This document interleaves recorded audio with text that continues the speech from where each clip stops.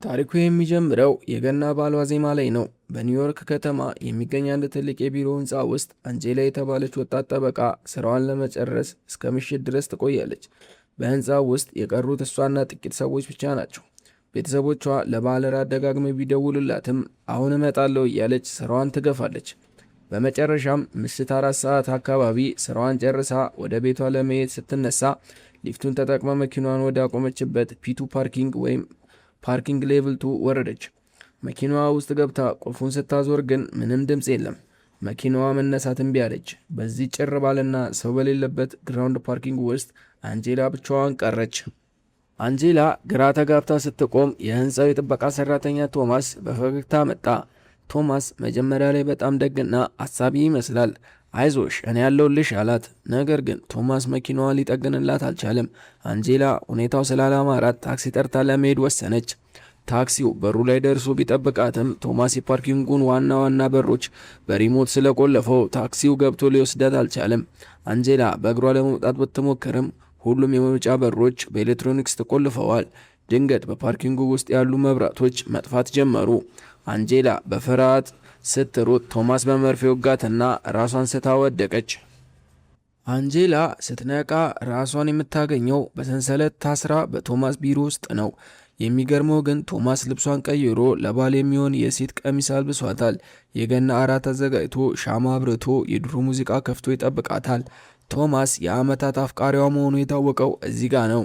ቢሮው ውስጥ የአንጄላ ፎቶዎች በየቦታው ተለጥፏል። ከኔ በላይ አንቺን የሚወድሽ የለም፣ ሌሎቹ አይወድሽም እያለ በቁጣና በለሰለሰ ድምፅ ያናግራታል። አንጄላ እንዲፈታት ብትለምነውም ቶማስ ግን እሷ የእሱ ለማድረግ የቆረጠ ይመስል ነበር። ታሪኩ ይበልጥ ጨለማ የሚሆነው ቶማስ ጂም የተባለውን የአንጄላ የሥራ ባልደረባ ይዞ መጥቶ በአንጄላ ፊት ሲያሰቃየው ነው።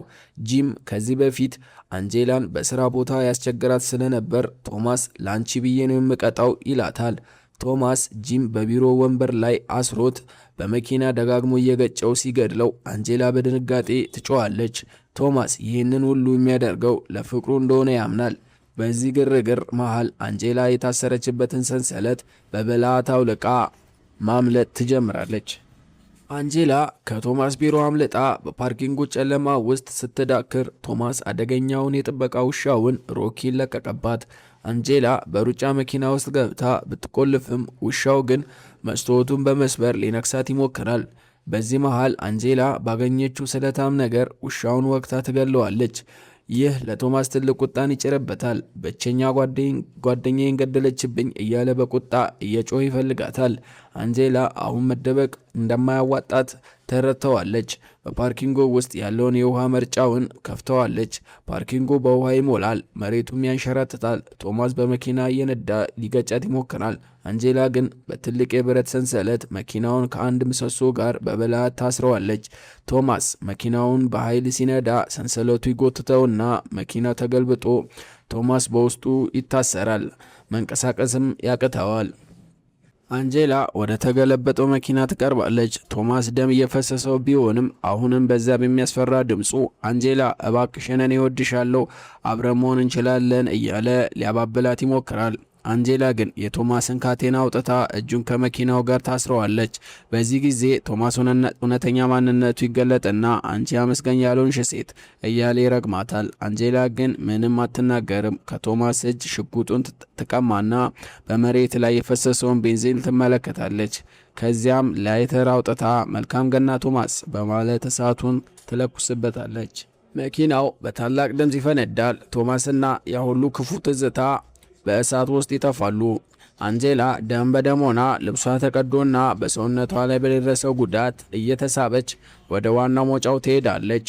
ከባድ የፓርኪንግ በሮች በኤሌክትሪክ ስለሚሰሩ አንጄላ የቶማስን የቁልፍ ካርድ ተጠቅማ በሩን ትከፍተዋለች። ልክ በሩ ሲከፈት የገና ማለዳ ፀሐይ ፊቷ ላይ ያበራል። የከተማው ጸጥታና የገና መዝሙር ከሩቅ ይሰማል። አንጄላ የደረሰባትን ስቃይ ሁሉ ከኋላዋ ጥላ እርዳታ ፍለጋ ወደ ጎዳናው ስትወጣ ፊልሙ በታላቅ የድል ስሜት ይጠናቀቃል። የዛሬው ታሪካችን ባለቤት አንጄላ የገና በዓል ከቤተሰቦቿ ጋር ለማሳለፍ ነበር እቅዷ። ነገር ግን ያሰበችው ሳይሆን የገጠማት የሞትና የህይወት ትግል ነበር። ፒቱ ፊልም የሚያስተምረን ትልቁ ቁም ነገር የሰው ልጅ ተስፋ በቆረጠበትና ማንም በሌለበት ጭንቅ ውስጥ እንኳን በውስጡ ያለውን ጥንካሬ አውጥቶ ነፃነቱን መቀዳጀት እንደሚችል ነው። አንጄላ ያንን አስፈሪ የመኪና ማቆሚያ ሲኦል ጥላ ስትወጣ በዓለም ላይ ካሉ ስጦታዎች ሁሉ የላቀውን ህይወቷን በስጦታ አግኝተዋለች። ቶማስ ግን በገዛ እብደቱና በፈጠረው እስር ቤት ውስጥ በሰራው ግፍ ተቀጥቶ ቀርቷል። እናንተስ ተመልካቾች አንጄላ የወሰደችው የበቀል እርምጃ ተገቢ ነው ብላችሁ ታስባላችሁ ወይስ ቶማስን ለፖሊስ አሳልፋ መስጠት ነበረባት? በኮሜንት መስጫው ላይ ሀሳባችሁን አካፍሉኝ። የዛሬ ቆይታችን ይህንን ይመስል ነበር። ቪዲዮውን ከወደዳችሁት ላይክ በማድረግ አበረታቱኝ። እንዲህ አይነት ሌሎች አስደሳችና አስፈሪ የፊልም ታሪኮችን በፍጥነት እንዳደረሳችሁ ደግሞ ሰብስክራይብ ማድረጋችሁን እንዳትረሱ።